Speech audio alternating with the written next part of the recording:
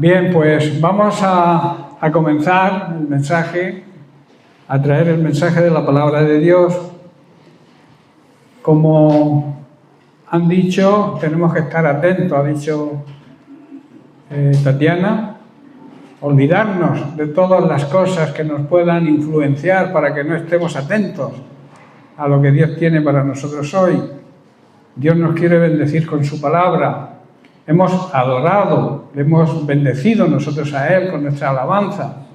Él se siente feliz y dichoso porque Él habita en medio de la alabanza de su pueblo, de su iglesia, que somos nosotros, el cuerpo de Cristo. Así que vamos a centrarnos hoy en el mensaje de la palabra de Dios. Olvídate de la letra que tienes que pagar mañana o el recibo de la luz, que por cierto, menudo recibos vienen estos días, ¿verdad? Entonces vamos a olvidarnos de todo. Dios provee y podremos hacerle frente a todo. Pero claro, vamos a olvidarnos y Quiero dar la bienvenida a todos los que nos visitan hoy por primera vez. Es un gozo ver caras nuevas. Es un gozo que nos podamos sentir identificados con las personas que llegan, porque en realidad todos los creyentes, estemos donde estemos, nos conozcamos o no, somos la familia de Cristo. Donde hay un cristiano está Cristo, o debería estar Cristo, claro. Por eso es un gozo, os doy la bienvenida y aquí tenéis vuestra casa y nosotros para serviros en lo que necesitéis. Vamos a tratar o a seguir tratando el tema de semanas anteriores. Sabéis que se titula Efectos y consecuencias de una vida plena, de esa vida plena que Cristo nos ofrece, y no solamente nos ofrece, sino que desea que vivamos en esa vida plena. Hemos nacido para ser vencedores. Cuando nos convertimos, nacimos a una nueva vida y a una nueva vida de vencedores. Por eso no podemos vivir vencidos, derrotados. Somos la familia de Dios, somos el pueblo de Dios. Y el pueblo de Dios siempre anda en victoria, porque Cristo venció y esa victoria nos corresponde a nosotros. La vida cristiana auténtica, y digo auténtica porque hay algunos que se llaman cristianos, pero no viven la vida cristiana. La vida cristiana consiste en andar en la voluntad perfecta de Dios. ¿Cómo se conoce la voluntad perfecta de Dios? Pues a través de su palabra y con la revelación del Espíritu Santo. Hoy vamos a hablar del Espíritu Santo. Quizás se predique poco del Espíritu Santo, pero el Señor me está llamando a predicar sobre el Espíritu Santo, porque resulta que estamos en la dispensación del Espíritu Santo.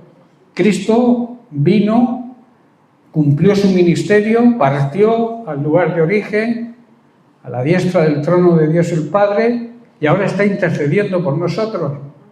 Dios el Padre está gobernando el universo para que todo funcione bien, y el Espíritu Santo hoy mora dentro de cada creyente verdadero y dentro de la iglesia verdadera, como personas y también como cuerpo.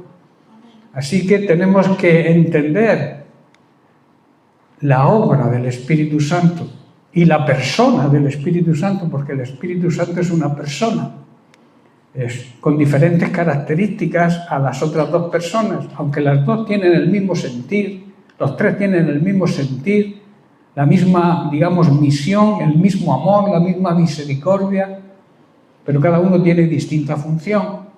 Eso es lo que llamamos los cristianos verdaderos, la Trinidad.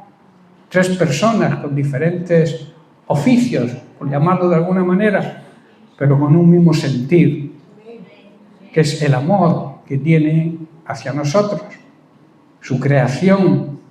Por eso todos aquellos que aceptan a Jesucristo como Señor y Salvador personal se convierten en familia de Dios. Dios ama a toda la creación. Dios quiere que toda la creación sea salva. Para eso envió a Jesucristo. Pero hay algo que tenemos que hacer nosotros, que es reconocer ese sacrificio, aceptar a Jesús como Señor y Salvador personal. Y entonces formamos parte de la familia de Dios. Y Dios, aunque ama a toda la humanidad, tiene un amor especial por sus hijos, por su familia, y lo demuestra cada día, ¿verdad? Por eso nuestra vida debe honrar y debe agradar a Dios.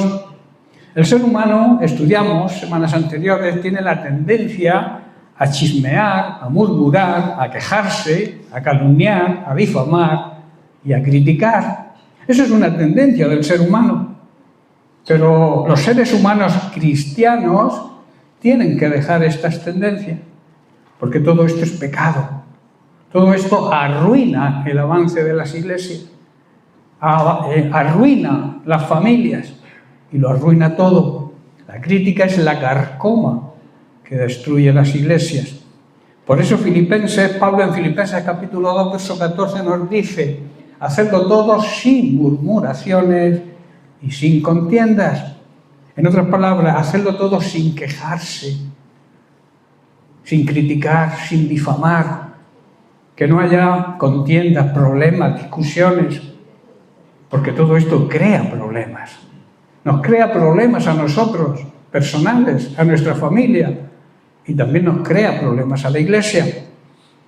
Por eso estuvimos profundizando sobre la crítica y cuál debería ser nuestra respuesta a la crítica. La crítica puede ser constructiva cuando hablamos bien, o puede ser destructiva cuando hablamos mal con un propósito. Déjalo, no hace falta. Sigue. Sino con el propósito de hacer daño. La crítica destructiva hace daño.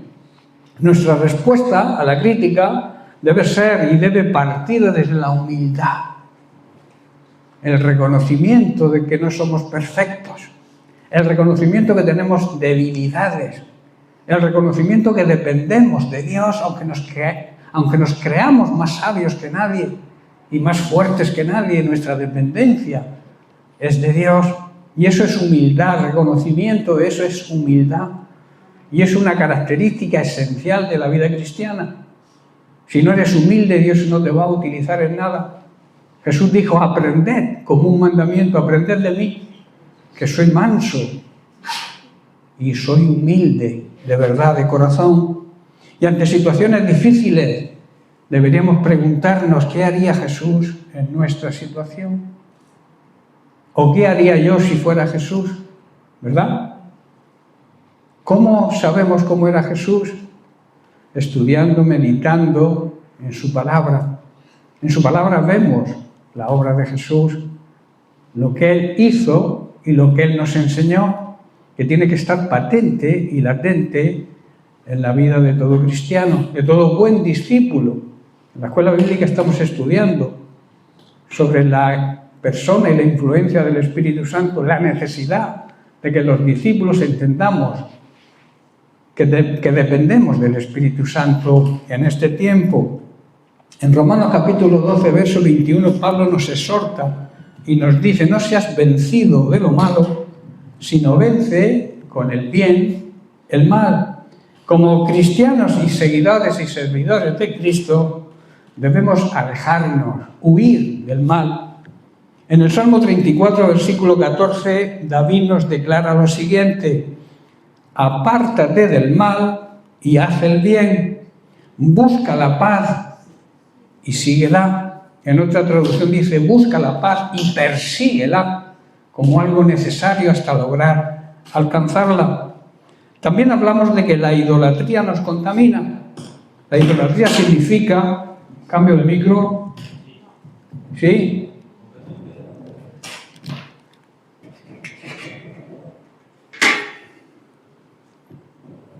¿Este va?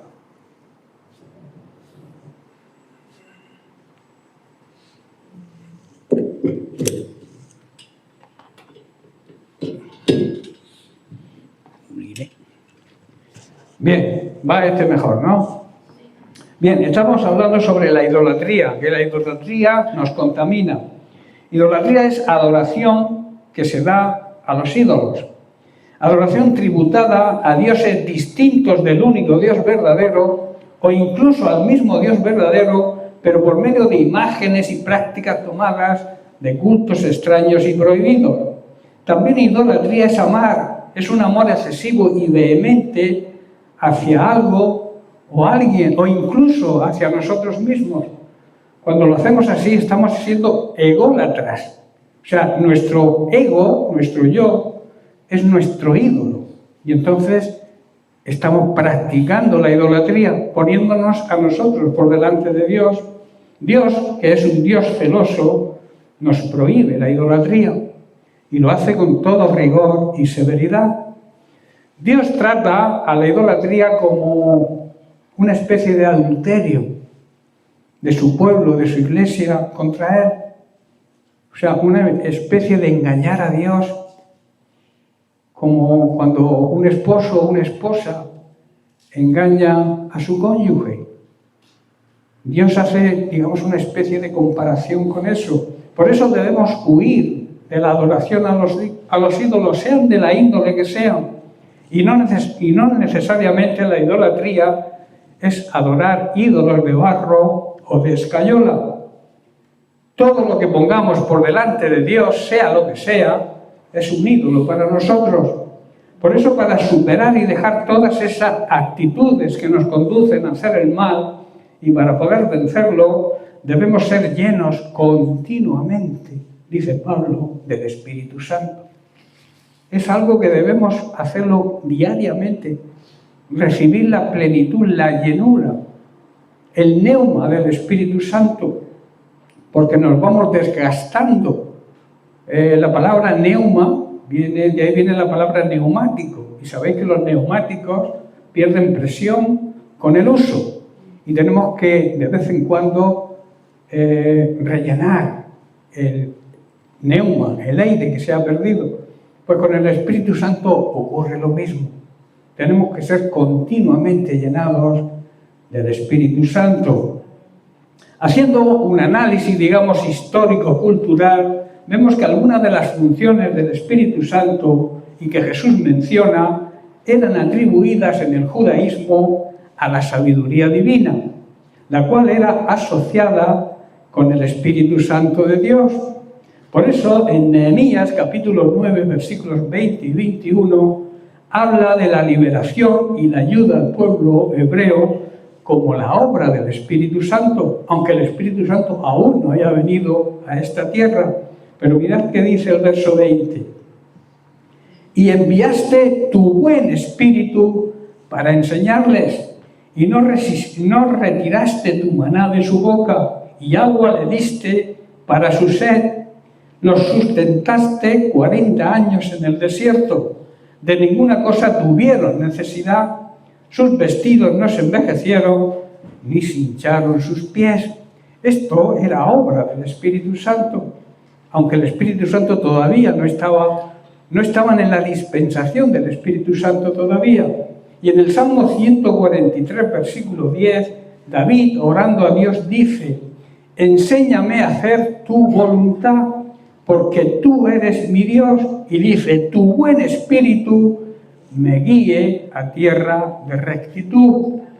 David estaba hablando proféticamente del Espíritu Santo que habría de venir después de Cristo, y que en su época solo algunos ungidos, como a los reyes, lo tenían. Por eso en el Salmo 51, versículos 10 y 11, David, en su oración de arrepentimiento por su grave pecado, ora a Dios diciendo: crea en mí, oh Dios, un corazón limpio, y renueva un espíritu recto delante de mí. Y añade: no me eches de delante de ti, y no quites de mí tu Santo Espíritu. David, al ser rey, fue ungido, y por eso tenía al Espíritu Santo. No todos. Hoy tenemos un privilegio. Todos los nacidos de nuevo, todos los creyentes, que hemos dado el paso de aceptar a Jesucristo como Señor y Salvador, todos tenemos el Espíritu Santo. Pero en esta época no, solamente los ungidos. Por eso a los reyes, antes de ser reyes, los ungían. Y entonces recibían el Espíritu Santo. Por eso David dice: no quites de mí tu Santo Espíritu.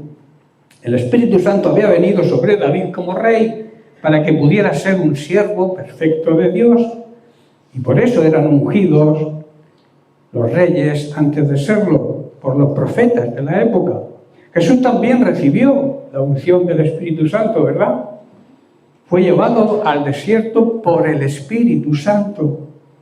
Y esto fue antes de comenzar su ministerio. Recordemos que él vivió también en el antiguo pacto, porque el nuevo pacto comienza cuando Cristo resucitó, entregó su sangre a la presencia del Padre y el Padre la aceptó. Y ahí es donde comienza el nuevo pacto. Por eso Jesús vivió en el antiguo pacto y también como hombre que era 100% Dios, pero también era 100% hombre. Para ejercer su ministerio aquí en la tierra como hombre, tuvo que ser ungido, ¿verdad? ¿Entendéis lo que estoy diciendo, verdad? Por eso en Lucas capítulo 3, versículo 22, dice, y descendió el Espíritu Santo sobre él en forma corporal, como paloma, y vino una voz del cielo que decía, tú eres mi Hijo amado, en ti tengo complacencia. Y en ese momento Jesús recibió la unción del Espíritu Santo, fue ungido por el Espíritu Santo. Y luego Jesús, en una sinagoga, en Lucas capítulo 4, verso 18, dijo, el Espíritu del Señor, el Espíritu Santo, está sobre mí, por cuanto me ha ungido para dar buenas nuevas a los pobres. Me ha enviado a sanar a los quebrantados de corazón, a pregonar libertad a los cautivos, vista a los ciegos y a poner en libertad a los oprimidos por el mismo diablo. Un cristiano hoy no puede hacer la oración que hizo David. ¿Por qué? Porque el Espíritu Santo mora dentro de él.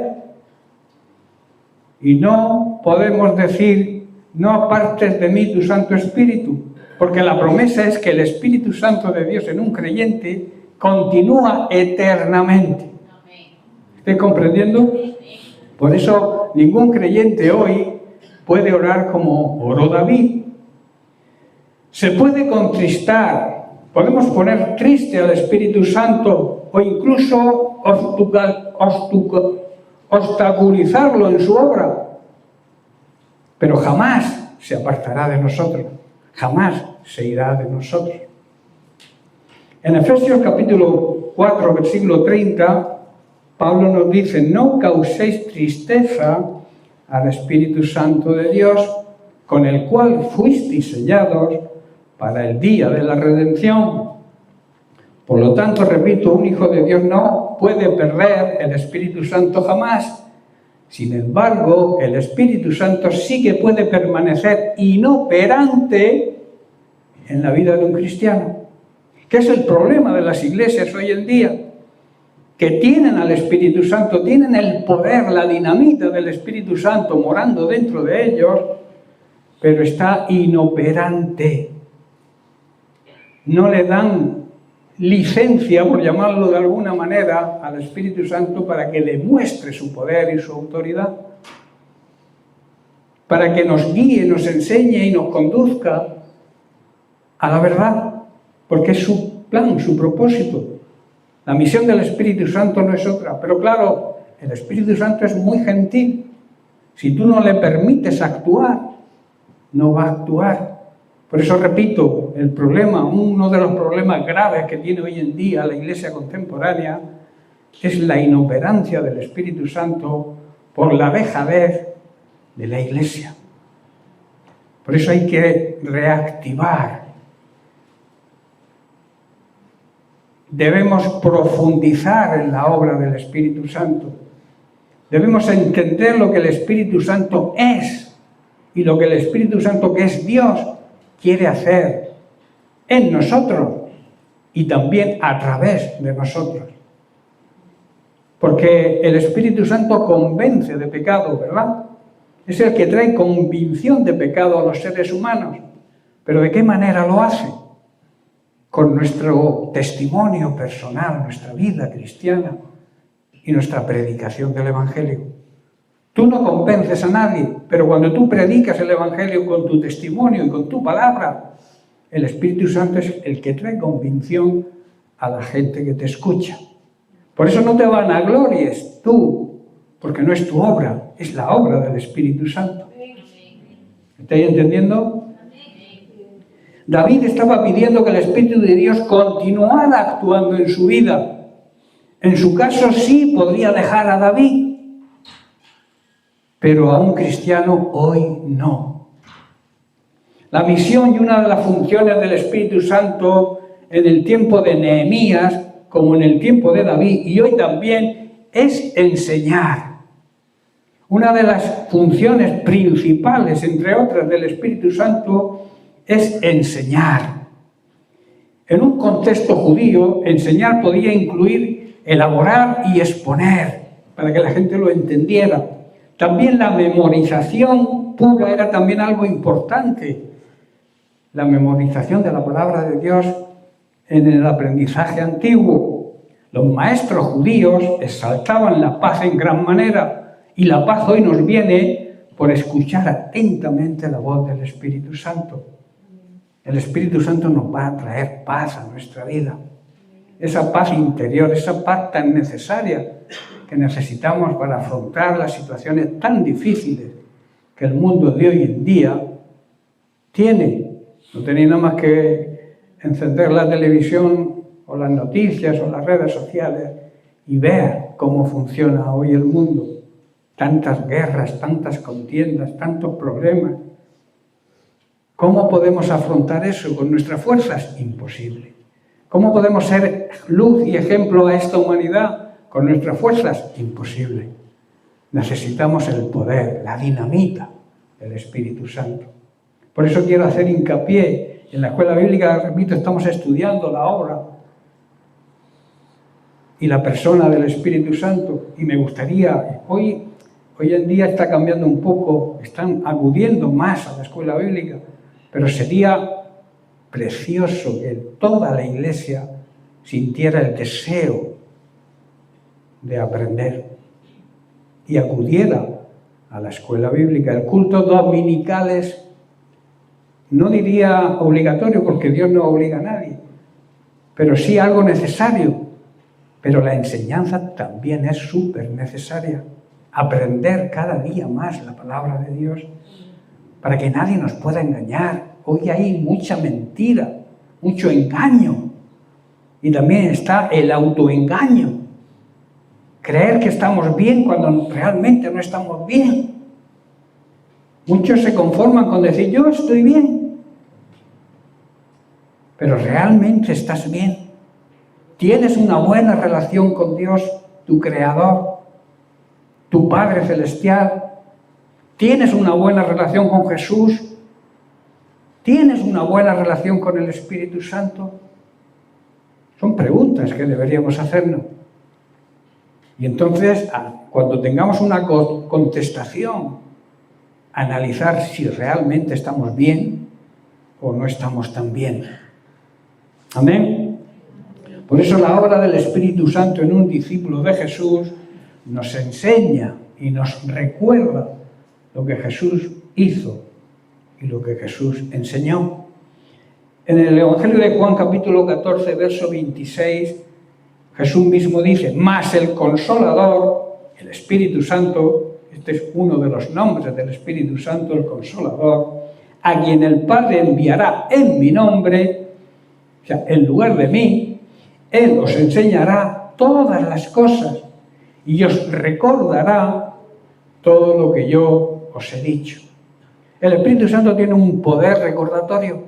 El Espíritu Santo es el que te va a recordar cada día lo que aprendes diariamente, cuando escudriñas las Escrituras, cuando escuchas los mensajes de la palabra de Dios, cuando meditas en su palabra, cuando oras. Él te va a mostrar cómo debemos hacerlo. Nos va a mostrar siempre lo que Jesús hizo. Nosotros en nuestra era, la dispensación, ya disfrutamos de un gran privilegio, y es que el Espíritu Santo está dentro de nosotros.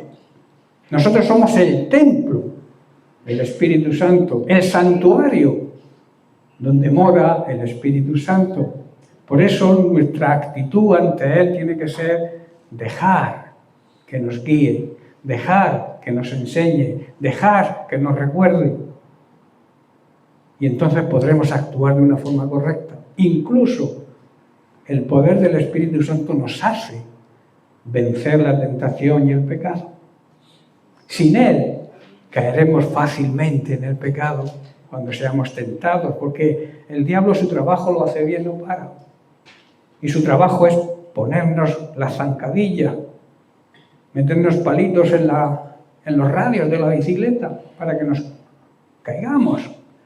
Su deseo es ese, que caigamos, que tropecemos y que no nos levantemos. Y muchas veces ocurre que cuando alguien cae por las trampas del enemigo, nadie le echa una mano para levantarse. Y una de las obligaciones de la Iglesia no es hundir al que cae, es levantarlo. Y a veces se levanta poniéndonos en disciplina, porque es una prueba de amor. Cuando Dios nos disciplina, porque no soy yo, ni son los pastores, ni son los siervos de Dios quien disciplina, es Dios mismo quien nos pone en disciplina, utilizando, claro está, a su siervo. Por eso es una necesidad imperiosa que podamos aceptar la disciplina de Dios, porque la disciplina de Dios nos demuestra su amor, quiere restaurarnos. Y la Iglesia está ahí también para intentar restaurar. No consentir y estar de acuerdo con el pecado, eso no es ayudar al que peca, sino tratarlo con amor, pero sin aprobar lo que hace, porque entonces estamos cayendo en el mismo error. No sé si estáis comprendiendo.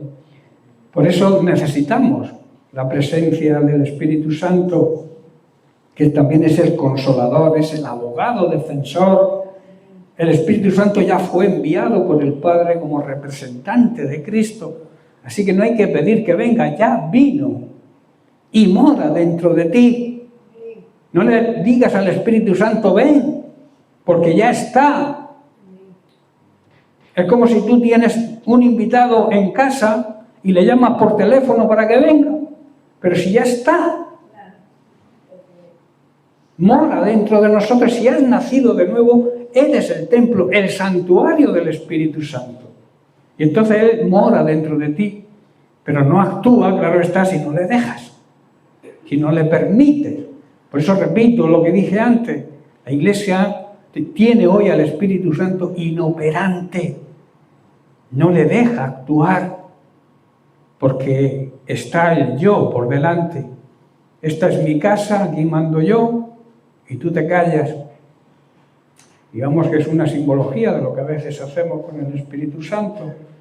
Por eso Él ya fue enviado como el representante, el sustituto de Cristo. La religión tradicional dice que el sustituto de Cristo en la tierra es el Papa. Pero yo no encuentro en la Biblia que el sustituto de Dios sea un hombre. El que sustituyó a Cristo fue el Espíritu Santo. Así que el vicario, que significa el sustituto, el vicario de Cristo en la tierra no es ningún hombre, es el Espíritu Santo. Y el Espíritu Santo mora dentro de nosotros personalmente y como cuerpo de Cristo, como Iglesia. Por eso debemos dejar que tanto en nuestra vida personal sea el Espíritu Santo quien nos dirija. Y como Iglesia también seamos dirigidos por el Espíritu Santo. Él nos va a enseñar todo y nos va a recordar cada cosa que Cristo hizo y nos enseñó. En Juan capítulo 16, versículos 13 y 14, Jesús mismo dice: pero cuando venga el Espíritu de verdad, que es otro de los nombres del Espíritu Santo, Él os guiará, Él os enseñará toda la verdad, porque no hablará por su propia cuenta, sino que hablará todo lo que oyere y os hará saber las cosas que habrán de venir. Verso 14, Él, el Espíritu Santo, dice Jesús, me glorificará. O sea, el Espíritu Santo siempre glorifica a Jesucristo. Dice, porque tomará de lo mío y os lo hará saber. El Espíritu Santo hoy nos guía a toda la verdad. Si tú quieres conocer la verdad, déjate guiar por el Espíritu Santo. La verdad es Cristo. Si quieres conocer a Cristo de verdad, déjate guiar por el Espíritu Santo. Él te va a mostrar a través de la lectura de su palabra y su revelación. Porque cuando tú lees la Biblia, si no tienes la revelación del Espíritu Santo, no la vas a entender. Por eso es necesario orar, interceder, leer la Biblia, pero con la presencia del Espíritu Santo. Amén. El Espíritu Santo hoy, repito, nos guía a toda la verdad. Él no habla por su propia cuenta, sino que nos dirá siempre lo que Él ha oído del Padre y ha oído del Hijo. Incluso si le dejamos actuar en nuestra vida, nos contará cosas que sucederán en el futuro. Qué grandioso es eso, ¿verdad? Que Dios nos pueda mostrar a sus hijos cosas que pueden ocurrir en el futuro. Y me preguntaréis, ¿cómo?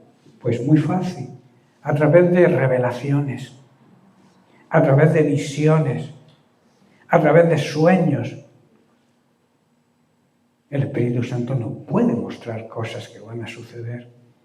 Y eso es una realidad que a veces no disfrutamos de ella porque no, repito, tenemos inoperante al Espíritu Santo, no le dejamos que nos enseñe, que nos guíe, que nos muestre todos estos beneficios de ser hijo de Dios. El Espíritu Santo, por otro lado, siempre va a glorificar a Cristo, porque nos contará todo lo que recibe de Él. El Espíritu Santo nos abre el entendimiento. En tiempos de Jesucristo, Jesucristo era quien les abría el entendimiento a sus discípulos, ¿verdad? Lo vemos después de aparecerse a sus discípulos, poco después de su resurrección, en Lucas capítulo 24, a partir del verso 45. Dice, entonces les abrió el entendimiento, ¿para qué? Para que entendiesen, comprendiesen las Sagradas Escrituras.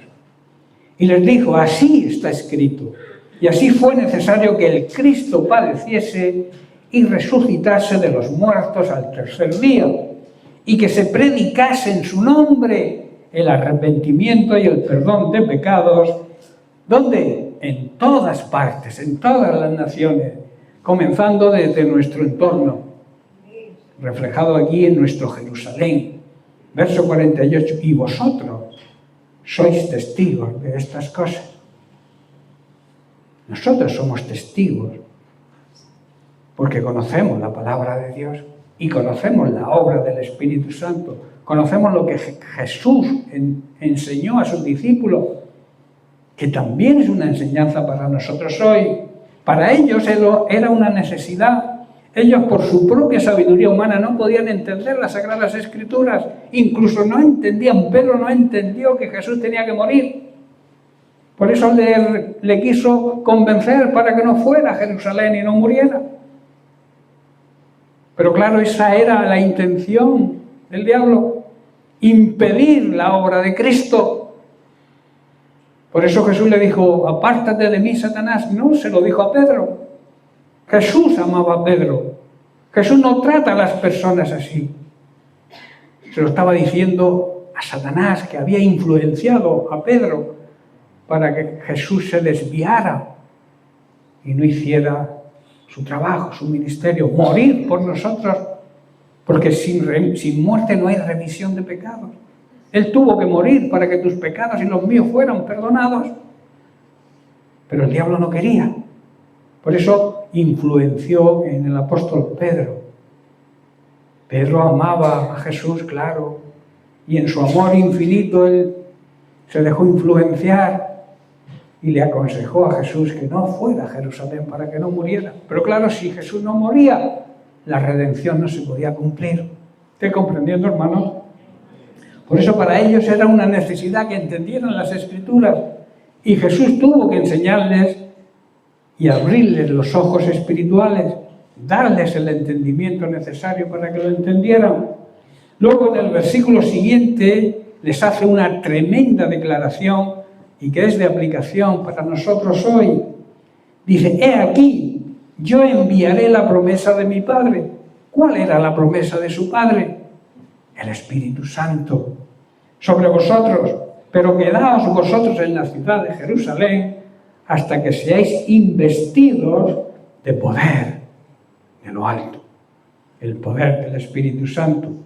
Ellos estaban todos en el aposento alto, cumplieron la orden de Jesús de permanecer unidos en Jerusalén, y allí estaban quizá atemorizados por lo que le había ocurrido a su maestro, y escondidos en un aposento alto, quizá pensando, pronto vendrán los romanos y nos matarán nosotros también.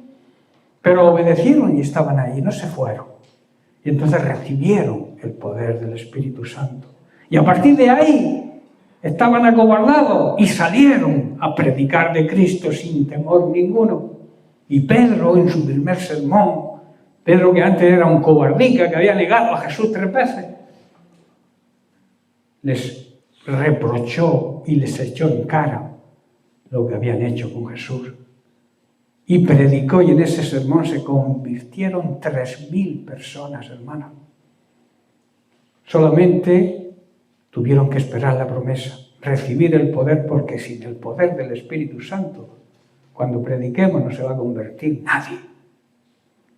Para testificar de Cristo, para predicar la gran comisión, tenemos que estar llenos del poder del Espíritu Santo.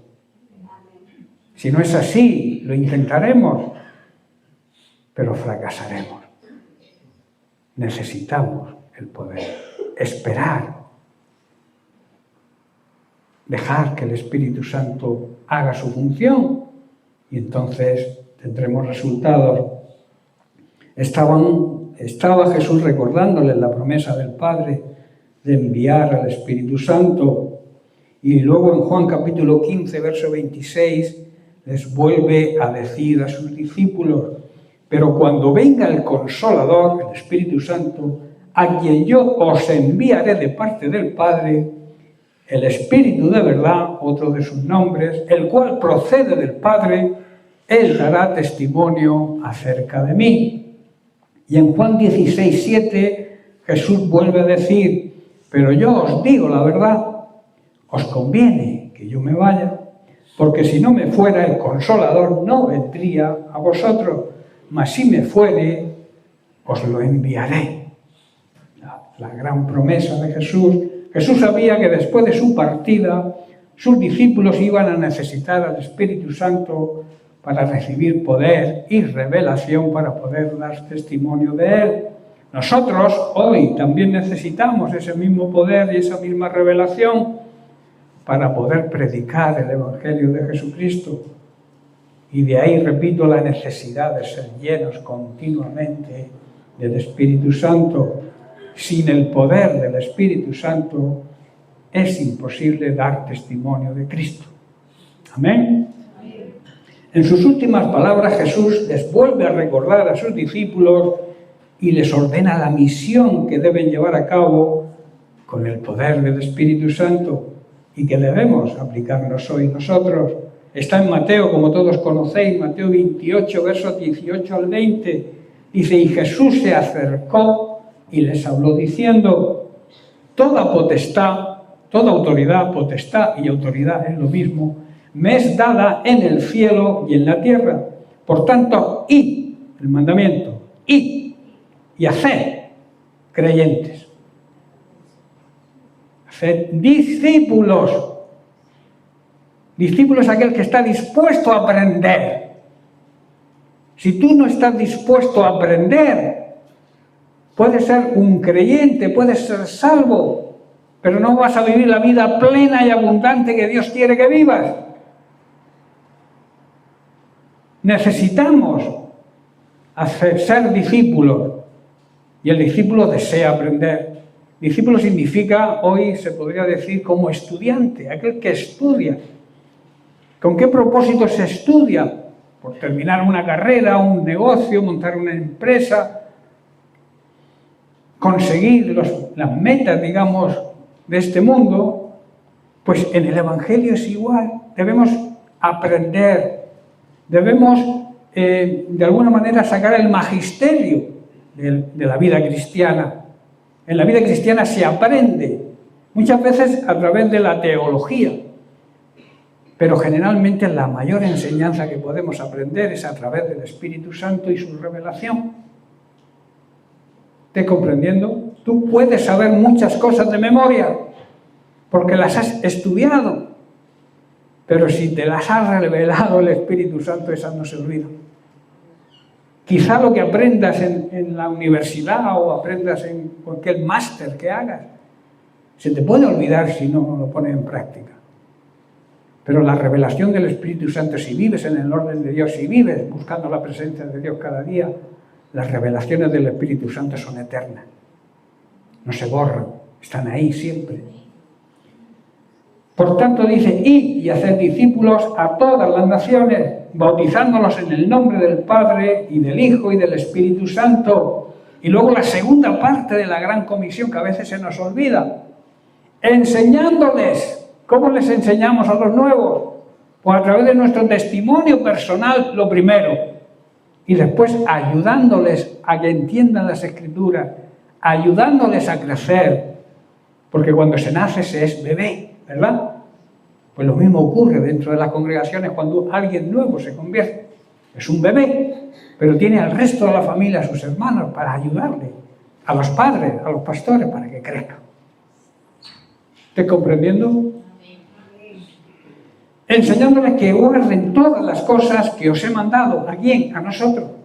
Dios nos manda a nosotros cosas que tenemos que transmitirle y enseñarles a aquellos que estamos evangelizando. Pero claro, si lo que les mandamos o les enseñamos no lo practicamos nosotros, no nos van a creer. Por eso es necesario ser discípulo primero para discipular a otro. Tienes que aprender primero para poder enseñar a otro. Y tener la disposición y el deseo de hacerlo, claro. Jesús, demostrando su divinidad y la del Espíritu Santo, nos promete estar con nosotros siempre. Pero hoy Dios lo hace con la presencia del Espíritu Santo. Podemos llegar, por tanto, a la siguiente conclusión. Jesús se reveló a sus discípulos de una manera física, de una manera, digamos, presencial. Ellos tenían a Jesús delante, lo veían. Vivían en la dispensación de Jesucristo. Hoy Jesús, su palabra también, se revela a nosotros, pero lo hace a través del Espíritu Santo. De ahí la promesa, que nos da el conocimiento y el discernimiento necesarios para que entendamos la palabra de Dios. ¿Estáis comprendiendo? Repito, debemos recordar que hoy estamos viviendo en la dispensación del Espíritu Santo. Muchos hoy en día conocen la palabra de Dios, quizá la lleven en la mente, la conozcan de memoria, pero si no es revelada por el Espíritu Santo, es imposible que la entiendan. Hay muchas personas que no son creyentes, que conocen las Sagradas Escrituras, pero al no tener el Espíritu Santo, no le es revelado lo que Dios realmente quiere decir en su palabra. ¿Estás comprendiendo? Por eso nosotros tenemos el don de ciencia. El don de ciencia es entender lo que Dios hace y cómo lo hace y por qué lo hace. Y el don de ciencia no se aprende en una academia. Es un don, es un regalo del Espíritu Santo. Que a través de la revelación del Espíritu Santo nosotros podemos llegar a entender por qué Dios creó el universo, por qué Dios hace esto, por qué Dios hace lo otro, por qué Dios dice en su palabra esto, por qué dice lo otro. Tenemos el don de ciencia que nos muestra las maravillas que Dios ha hecho en la creación y nos revela a través del Espíritu Santo por qué lo ha hecho, para qué lo ha hecho y de la forma que lo ha hecho. ¿Estáis comprendiendo? ¿Tatiana lo ha entendido? Muchos hoy en día, repito, conocen la palabra de Dios, pero la tienen como algo, como un sentimiento mental. Lo tienen en la mente, pero no lo tienen en el corazón. No hay revelación en el corazón. No tienen el rema de la palabra, que es misión del Espíritu Santo. Por eso es imposible que aquel que no tenga el Espíritu Santo entienda las Sagradas Escrituras. Jesús llegó al corazón de las personas y hoy es el Espíritu Santo quien redarguye y llega al corazón mostrando la figura y el mensaje de Cristo. Y lo hace ver como el único Señor y el único Salvador. para que el mundo entienda que Jesús murió hace más de 2000 años en una cruz y lo hizo por nosotros. Eso el mundo en su contexto no lo entiende.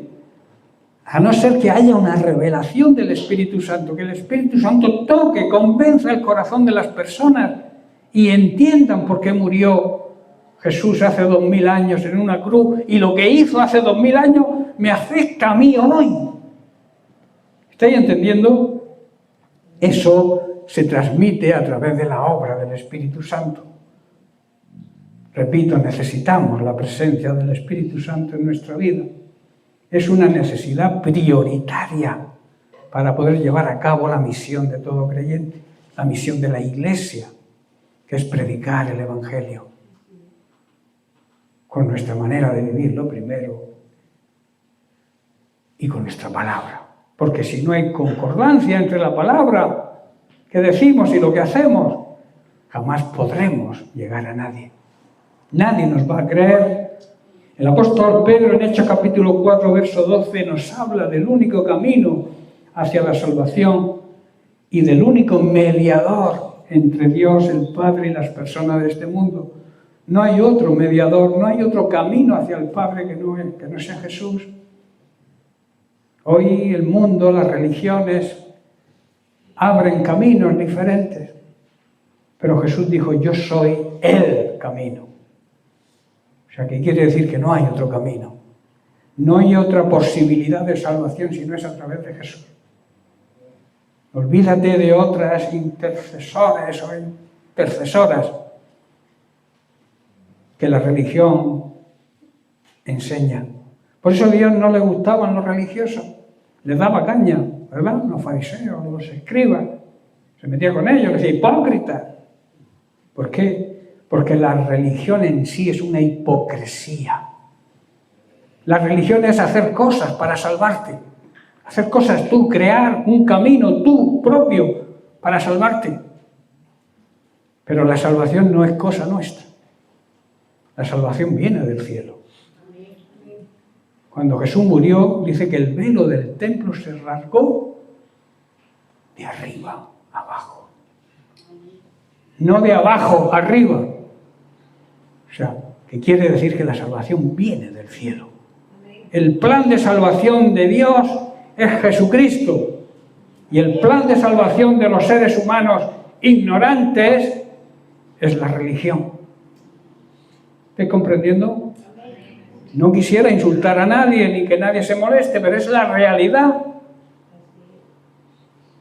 El desconocimiento de Dios hoy en día en la sociedad en que vivimos es total. No se conoce a Dios ni se quiere conocer.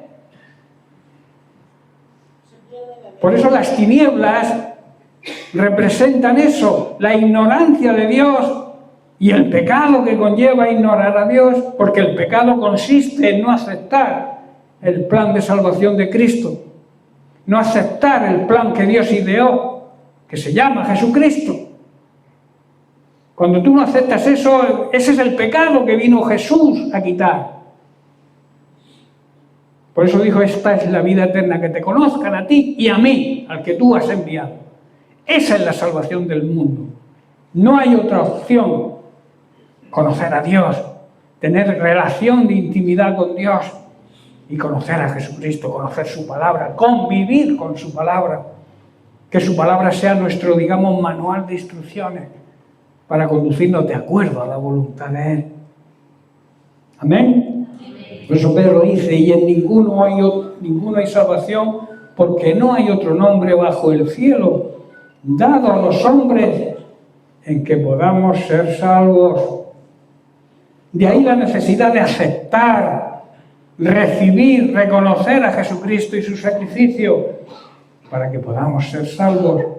Recordemos las palabras de Jesús que nos hablan de que esa necesidad se cumple con nuestro ministerio cuando llevamos a cabo la Gran Comisión, porque en Lucas capítulo 24:47 dice, y que se predicase en su nombre, en el nombre de Cristo, el arrepentimiento y el perdón de pecados en todas las naciones. El Espíritu Santo será nuestro consolador para siempre. La obra del Espíritu Santo, repito, es eterna. Voy a tocar un poco sobre este tema, pero no lo voy a terminar por falta de tiempo. Ya estamos prácticamente sobrepasando el tiempo, pero quiero hacer una introducción de lo que trataremos en la siguiente semana. El Espíritu Santo será siempre nuestro consolador. En Juan capítulo 14, versículos 15 al 16, Jesús nos hace la promesa de la llegada del Espíritu Santo. Verso 15 nos dice: si me amáis, guardad, obedeced mis mandamientos. Si no amas a Dios, si no obedeces a Dios, es que no le amas. Si no vives en obediencia a Dios, es que no le amas, repito. Que te quede bien clarito. Si tú andas en desobediencia, si tú vives en pecado, si tú vives en desobediencia a Dios, no amas a Dios. Porque el que ama, obedece. Y entonces dice, y entonces, si guardáis mis mandamientos, si sois obedientes, entonces yo rogaré al Padre y os dará otro consolador. ¿Por qué dice otro consolador? Porque el primer consolador fue Él mismo. Jesús fue el primer consolador. Por eso dice, vendrá alguien en mi lugar que será otro consolador para que esté con vosotros de vez en cuando. Para siempre. Por eso es imposible que el Espíritu Santo abandone a todo buen cristiano. Jamás nos abandonará porque su promesa es esa. Y Dios es fiel a su promesa. Dios no miente. Cuando Él promete, cumple. Entonces su presencia dentro de nosotros es eterna. Aunque repito, que ya lo he dicho varias veces, aunque muchos cristianos llamados evangélicos, el Espíritu Santo está inoperante. No porque Él quiera estar en esa situación, sino porque no le dejamos actuar. Ese es nuestro error.